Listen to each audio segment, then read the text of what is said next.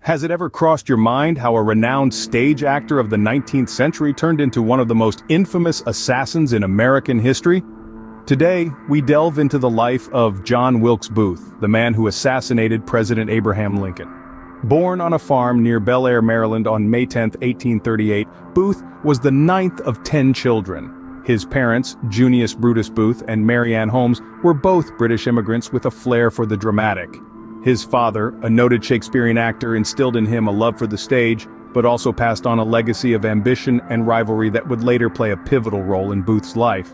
As a member of the prominent Booth theatrical family, he quickly established himself as a talented actor, but his passion for drama was matched by his fervor for the Confederate cause. Booth was a staunch Confederate sympathizer, and the abolition of slavery in the United States only fueled his resentment towards the North.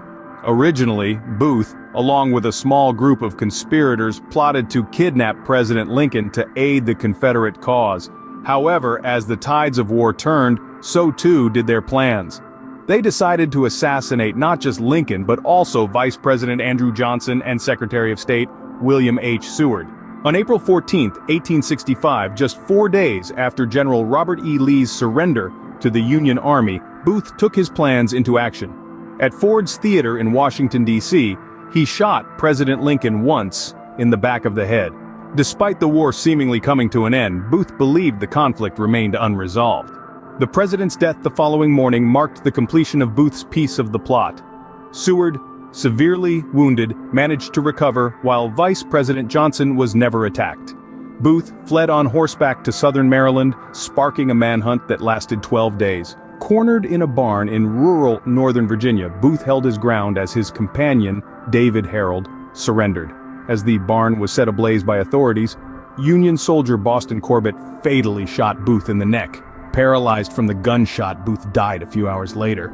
Of the 8 conspirators later convicted, 4 were hanged. Thus ended the life of John Wilkes Booth, a renowned actor turned infamous assassin.